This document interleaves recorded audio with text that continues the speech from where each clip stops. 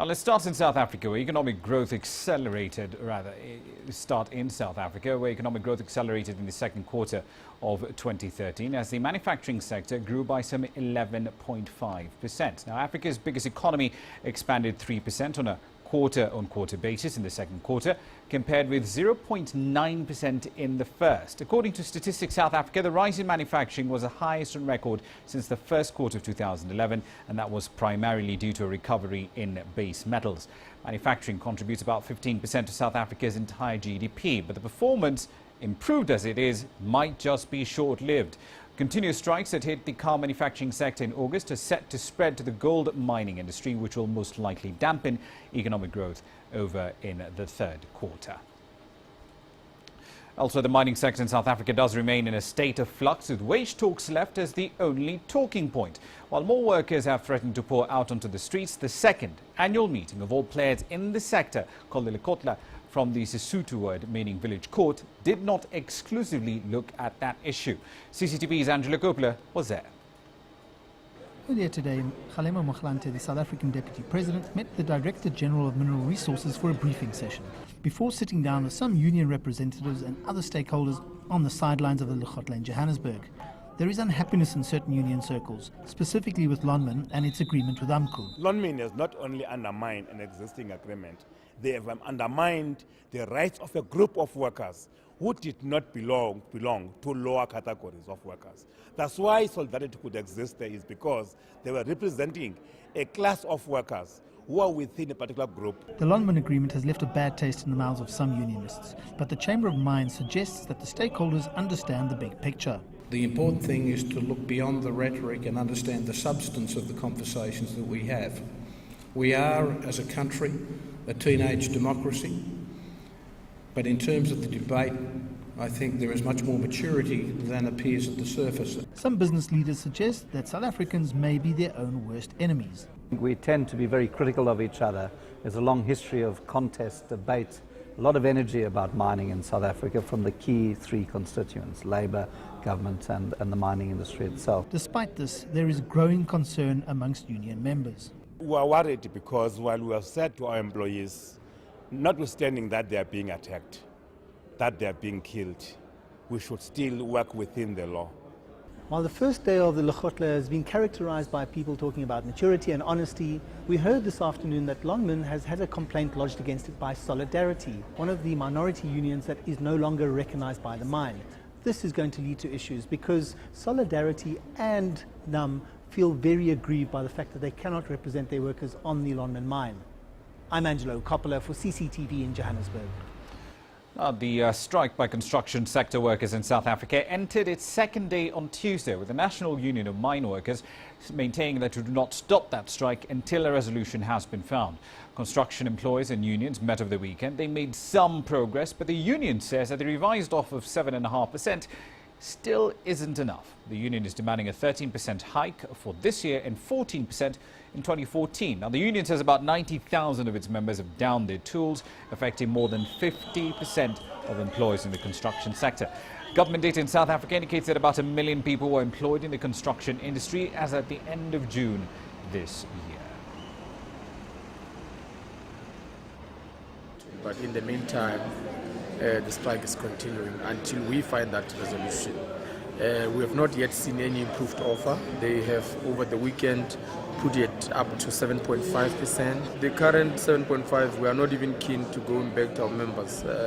As soon as we make better progress than 7.5%, then we can return back to our members to see whether they accept. Now, high growth rates are triggering quite a bit of healthy competition between African ports, and that in turn has attracted the attention of global investors. Coupled with increased demand for exports of coal, natural gas and a slew of other minerals, those are just some of the topics that came under discussion at the African Ports Evolution Forum in Cape Town, South Africa. Over 300 executives from 20 different countries discussed how to improve port performance to meet the needs of the continent's expanding economies. CCTV's Travis Andrews was there. African ports are becoming more congested and inefficient. Investment to increase capacity is desperately needed if the continent is to increase its share of global trade. This was a key point of discussion at this year's Africa Ports Evolution Forum, which is taking place in Cape Town, one of the world's oldest shipping channels. Center stage was a multi-user offshore hub, a new port design that could halve construction costs through the establishment of an offshore terminal docking system for ocean-going container vessels. We've seen that many projects in Africa have come to a halt because of the high investment cost, and we've started to look into more economic viable solutions, and what we found out that it's more profitable to build a what we call a multi-user offshore hub, where you're not stretching a long channel towards a coastal port, but you build an offshore port at a suitable water depth, suitable for vessels to take the coal from, for instance, Mozambique to China. Over 90% of sub-Saharan Africa's global trade is conducted via maritime transport. However, the region is still ranked inefficient by global standards and lacks sufficient capacity to meet growing cargo volumes.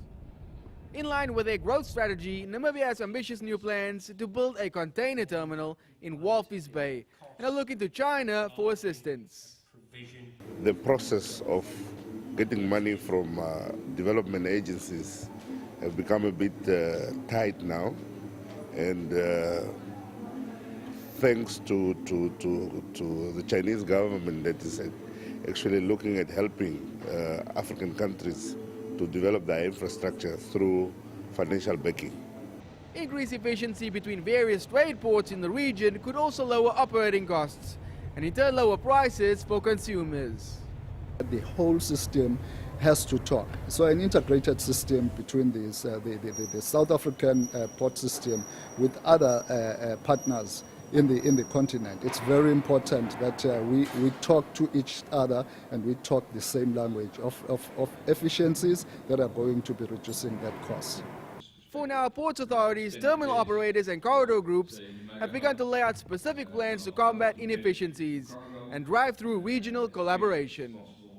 Recent statistics have shown that the average cargo dwell time for most sub-Saharan African ports is 20 days compared to an average of 4 days in most large East Asian and European ports. It is these inconsistencies that some stakeholders believe needs urgent attention if the continent is to register consistent economic growth in the future. Davizedu, CCTV, Cape Town. So then there's quite a bit to talk about from Africa's biggest economy. Let's now go live to Johannesburg, South Africa, where CCTV's Angelo Coppola joins us now live. Angelo, given the absence of the ANC at the one-year anniversary of the Marikana massacre, it has been accused of being completely out of touch with the economic challenges of many ordinary South Africans. Did they respond to those accusations today at the mining summit? I'll give you a single-word answer with a bit of meat at the end of it. No, they didn't. And we had the Deputy President, Kgalema Motlanthe, on the podium, and we also had one of the other senior cabinet ministers, Pravin Gordhan, also talking. Obviously, there was some mention of the Marikana massacre anniversary, and I quote from the Deputy President's speech, "The occurrence was a tragic loss of lives that could have been avoided." That was it. That's all he had to say. And I mean, the DP, or the Deputy President, was also saying that it's a problem with the sector that they're still practicing some archaic business practices like migrant labor. So they didn't make any mention of, other than that one line in the Deputy President's speech, about whether, you know, what their feelings were about Marikana and the anniversary. But I mean, he did call for all the parties, which are Labour, government and the mining sector, to actually work together. But you know what? It was basically a rehash of that sector agreement we signed do in apologise, July. Angela. We do have to jump in at that particular point because the quality of the line there is quite a bit suspect. We'll have to leave it there for the time being, though. Thank you very much for that. That's CCTV's Angelo Coppola live in Johannesburg with the latest details from the mining summit. We do apologise for the quality of that line. Ramping up to a quarter to the top of the hour. Taking a short break here on Africa Live. Here's what's coming up next. The Chambers of Trade in Egypt have announced they will boycott all trade with Turkey. What's the latest details on this Mediterranean spat? We'll have the details when we come back.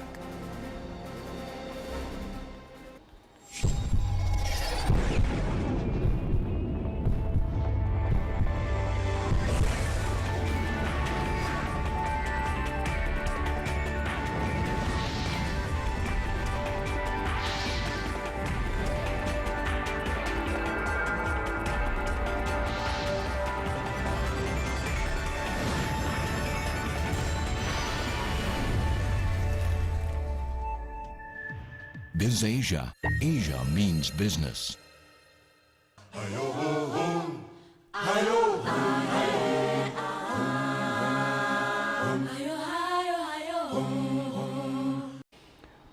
Welcome back. Now, the Chambers of Trade in Egypt have announced that they will boycott all trade with Turkey for its backing of the Muslim Brotherhood and the deposed president, Mohamed Morsi. The Federation of Egyptian Chambers of Commerce suspended relations with Turkey on Tuesday to protest against alleged interference, in their perspective, by Turkey in Egypt's internal affairs. Now, that move was described as threatening bilateral and economic ties between the two countries, which amount to billions of dollars. The Federation boasts nearly 4 million members from Egypt's economic, trade and industrial sectors. Let's get some more details on what's going on in this Mediterranean spat with CCTV's business correspondent in Egypt, Yasser Hikemi, joins us now live on the line from Cairo. Yasser, Egypt and Turkey on the after the event of the 3rd of July both recalled their respective ambassadors. What's the state of diplomatic ties between these two countries right now? No, it's still normal, as in no cut in diplomatic ties. The two embassies are working normally. There are a lot of tourists coming in and forth from Egypt to Turkey and so forth. It's just some verbal attacks from both sides on each other at the moment. Indeed. So how viable then is this threat by Egypt's Chambers of Trade to actually boycott all trade with Turkey? Isn't that really a bit of an escalation on the Egyptian part? This came after the latest statements by the Turkish Erdogan, who said that he attacked the Azhar Institute. Now, Al-Azhar is an Islamic institute which is widely respected in the Islamic world, and for Egyptians particularly, it's kind of untouchable. And the head of the Al-Azhar has supported the ouster of Mohamed Morsi, whose party is a staunch ally to the ruling party in Turkey, and that is why there's a friction in this regard. When the attack happened by Erdogan on Al-Azhar, that's when the trade partners came in and they said they are willing to cut relations and take on all the damage that could happen to them economically. Indeed, about a fifth of Turkey's exports do go into the Middle East, and a fairly big chunk of that passes through Egypt. So when push comes to shove, really, can Egypt afford to sever trade ties as has been threatened? Well, it's a two-way thing.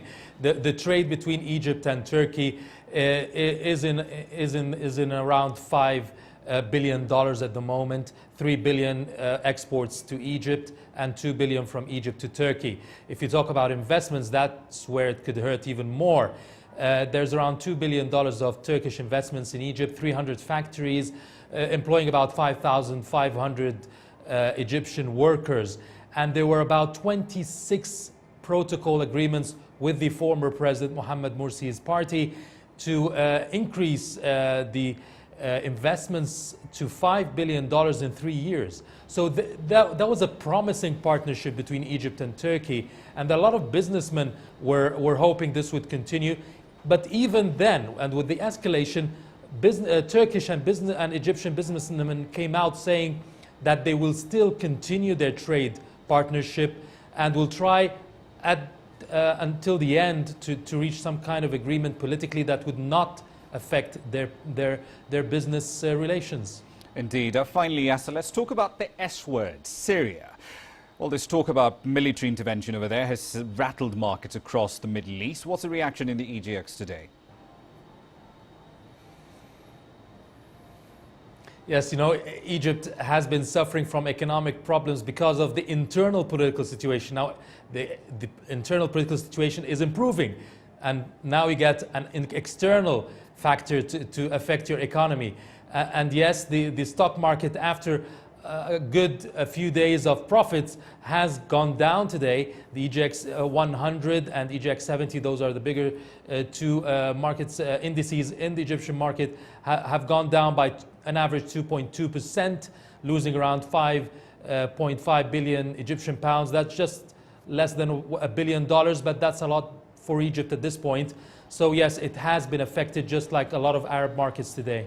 Indeed, we'll have to be there for the time being. Thank you very much for that update. That's CCTV's Yasser Hikemi live in the Egyptian capital of Cairo. Now, let's move on to East Africa. The Kenyan supermarket chain Nakumatt Holdings plans to invest about $1.2 billion, that's roughly $14 million, 1.2 billion shillings rather, $14 million, on departmental store development projects as part of its revenue diversification strategy. Now, Nakumatt says this move, which will involve the construction of several brand-aligned concept stores within its branch network, will be executed concurrently with an ongoing brand expansion strategy right across the region. The strategy will see Nakumatt signing exclusive operation deals for departmental stores based on premium global brands in key retail categories, everything from footwear to cosmetics and toys and consumer electronics as well. Nakumatt has already commenced concept store construction works for Clarks and Skechers lifestyle footwear brands with a 480 million shilling or $5.5 million investment outlay. Now, quite a bit of red numbers on the board today, and the biggest of the lots come, of course, from Egypt, as we've just been talking about with CCTV's Yasser Kim. The all-share index in Nigeria ending the day in the red, just over a tenth down over there. The all-share index in South Africa also ending the day far, far lower, despite the relatively positive-ish macro data coming out as far as the GDP growth is concerned. Quite a few concerns, however, about manufacturing later on. The 20-share index in the Kenyan capital, Nairobi, also in the red, down by about two-thirds. Quite the contraction there in equity turnover. Quite a few net sales on the equity end. And of course, as we mentioned earlier with Yasser, the EGX 30 ending the day over 2 percentage points lower, 2.2% on average if we include the EGX 100 as well. Some fairly disappointing numbers on the day. That's the business matters for you today. We'll have more for this later on at 10:00 GMT. Right now, though, onto the sports with Beatrice. Rama, many thanks indeed. The sports, your headlines up next.